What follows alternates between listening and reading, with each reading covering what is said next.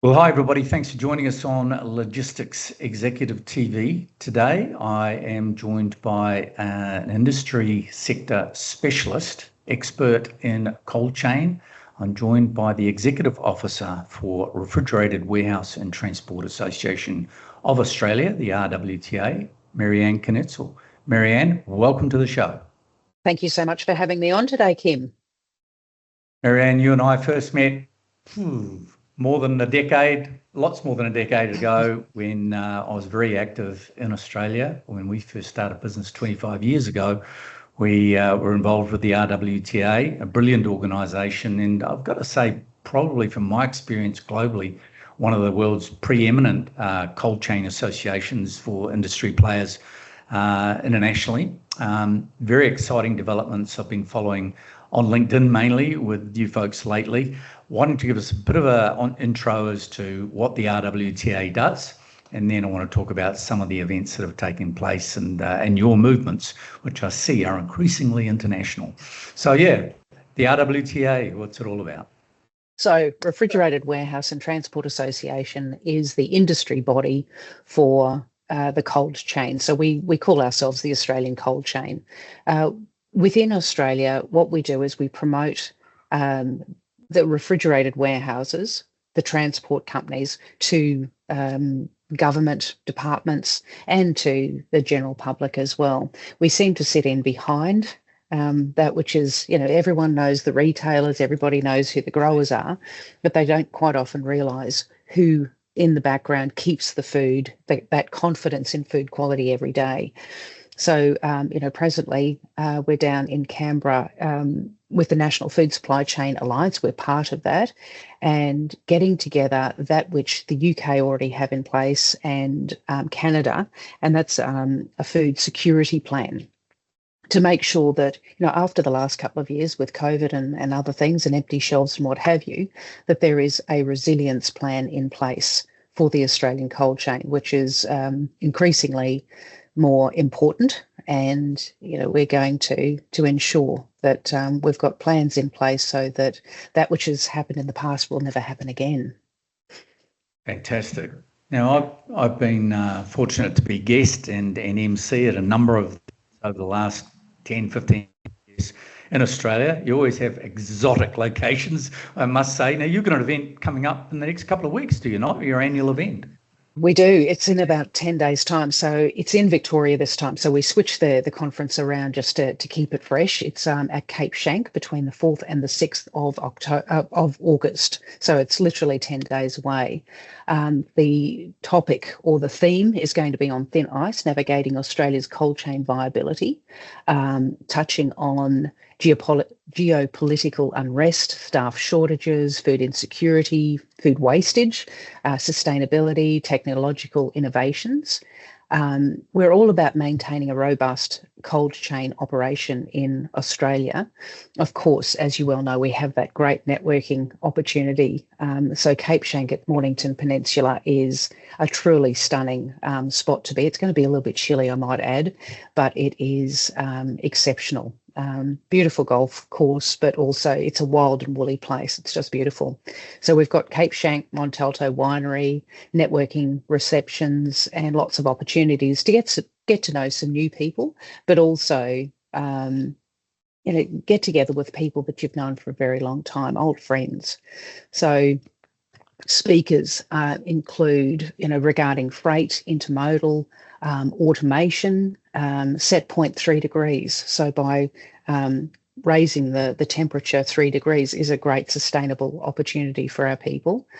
Compliance, workplace relations, blockchain, real estate development in Australia, diversity and inclusion. So, between speakers and panels and tech talks, the tech talks are the 15-minute really catchy associate member section.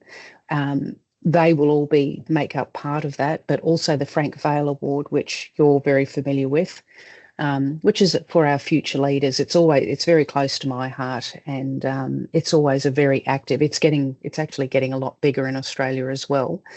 People are catching on and going, we actually understand, and it's actually the 30th year that we're celebrating for Frank Vale this year, so it's very exciting. Yeah, the Frank Vale Awards, of course, is promoting young, up-and-coming executives in the industry, and I've been on the fortunate to be on the judgment panel for a number of those. It's brilliant. I love the title for this year, On Thin Ice, and in Melbourne, for those people who are familiar with it, it's particularly cold, about zero at this time of year. So I think the last event I went to was that I was emceeing was in Hamilton Island in tropical North Queensland or central Queensland. So brilliant. Hey, Marianne, you have your role has evolved enormously.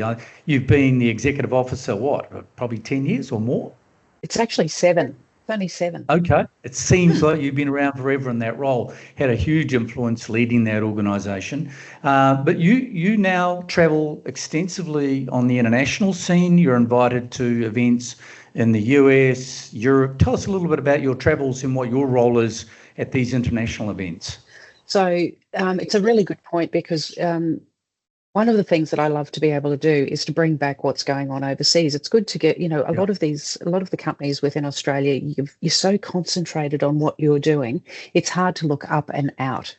And so what I try and do is I bring speakers from overseas, I bring information from overseas, sometimes topics here. So we've done a cybersecurity roadshow this year, because last year we're really not taking it that seriously, it would seem, in Australia, whereas the rest of the world has been hit repeatedly. And I think by ensuring that we have places to go, that we keep people up to date, and we give some education on that is really important. So I've been to Brussels, the Global Cold Chain Alliance's conference in Brussels this year, so that was really exciting.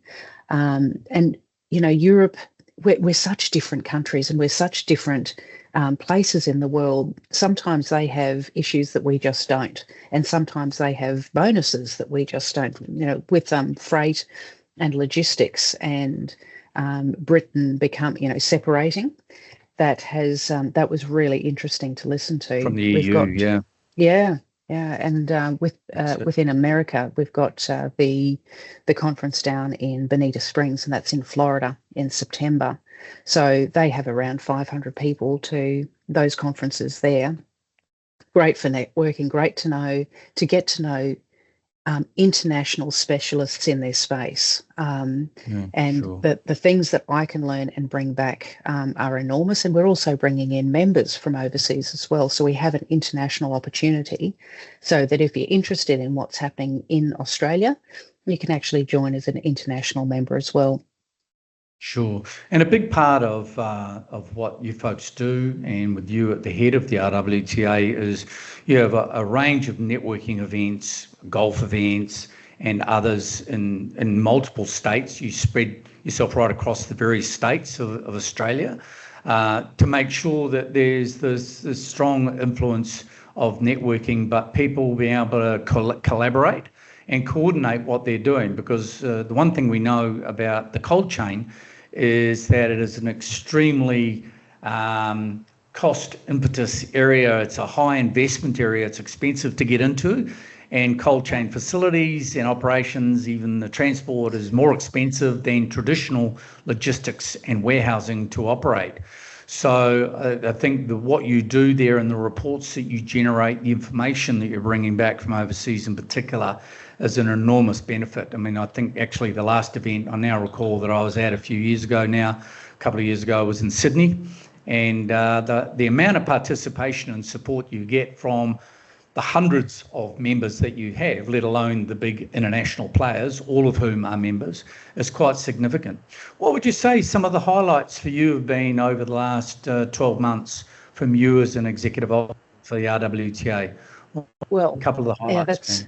There's been a few, actually. It's been a really exciting couple of years. Coming out of COVID is always it's such a exciting thing to happen. But when I first started about 7 years ago, as I mentioned, we had about 23 cold chain companies and no transport companies on our portfolio at that time. We now have 36, which is great. So even during that consolidation where a couple of companies had taken up and bought out a lot of the smaller companies, we've still managed to grow. And as I said, we're bringing in international interest as well. And I think for us in Australia, that gives a lot of breadth and interest to what we're doing. So we're growing. We've got more members across the board, and we've got really good engagement. You did mention, we've got golf days, and that's fun. Let's not kid ourselves. It's a lot of fun, but people go there to catch up, and they go there to do business, and they do it. So I think the most exciting thing is the amount of engagement that we have created, maintained, and grown over the last year. That's really excited me. Brilliant. Yeah, and in terms of that collaboration and people getting to meet each other, I think no greater sort of outcome than what we've seen happen globally in the consolidation of the cold chain, starting in the US probably 20 years ago, and in the last few years, certainly in Europe and Asia, of the really big listed and non-listed privately held private equity players globally buying up a lot of companies, consolidating the industry very much on a global scale. We've seen a lot of that happen. We've seen a lot of it happen in Australia, and with various members, of course, without going into details, in the RWTA in Australia as well. Now, you've got a link, just before we wrap up, you've got a link to your cousins in New Zealand as well. Yes. What happens in New Zealand? You've got a relationship with them? We have a lovely relationship with our brothers and sisters in New Zealand, not far away from us, and it's become closer over the last couple of years as well. So we've got the New Zealand Cold Storage Association coming to our conference this year, and I reciprocate. So I'll be speaking. I've been very kindly asked to speak in New Zealand this year, which will be in Queenstown. Poor me. I know somebody's got to do it. I wonder if they'll understand your linguistics, your language. You're so far away from them. I do. I always apologise about my funny accent when I get there. But I think actually one thing that I didn't tell you, and this is a real highlight, and it just goes to show that collaboration is everything. The discretionary mutual fund is something that we've created in Australia with an insurance company. And because the legislation is the same, and because much of what we share is the same, we can actually work with, and New Zealand can be part of that. So they are now part of the discretionary mutual fund, which brings the cost of insurance down. So the biggest cost is labour, then it's energy, and then it's insurance. There's a lot of, as you mentioned before, there's plenty of expenses, but to bring the cost of insurance down, not just for the cold chain warehouses, but also for any of our associate members, sure, is a huge bonus. And to be able to invite New Zealand in, who have said, actually, we'd love that. So we're collaborating really closely. It's wonderful. Brilliant. And I'm sure the New Zealanders will enjoy hearing from you at their event. So, Marianne, really appreciate you taking the time out. I know you've got to go to another meeting, so good to see you. Thanks for updating us on what the RWTA is up to. Good luck with all of your international travels and your events that are coming up. I'm sure they'll be as fantastic as ever. They're always the highlight of the year for the events for the cold chain. Where can people best get hold of you? So, you individual members or company members, where's the best place for them to contact you? www.rwta.com.au. You can get onto me there, of course, or Marianne K at rwta.com.au. I'm on LinkedIn, so I'm easy to find there. There's the head. Just find the picture, and it's Kintzel is Kintzel. That's a nice, easy one. But look, I welcome calls from all over the world. We're becoming a very international national company, if that makes sense, and not for profit. And it makes it more colourful, better education, and a better feel all round. It's exciting. Brilliant. Marianne, fantastic. Thanks so much again. Marianne Kintzel, Executive Officer, RWTA in Australia. We'll talk again soon, and good luck with the year ahead. Thanks for the opportunity, as always, to speak with you, Kim. Thanks, Marianne.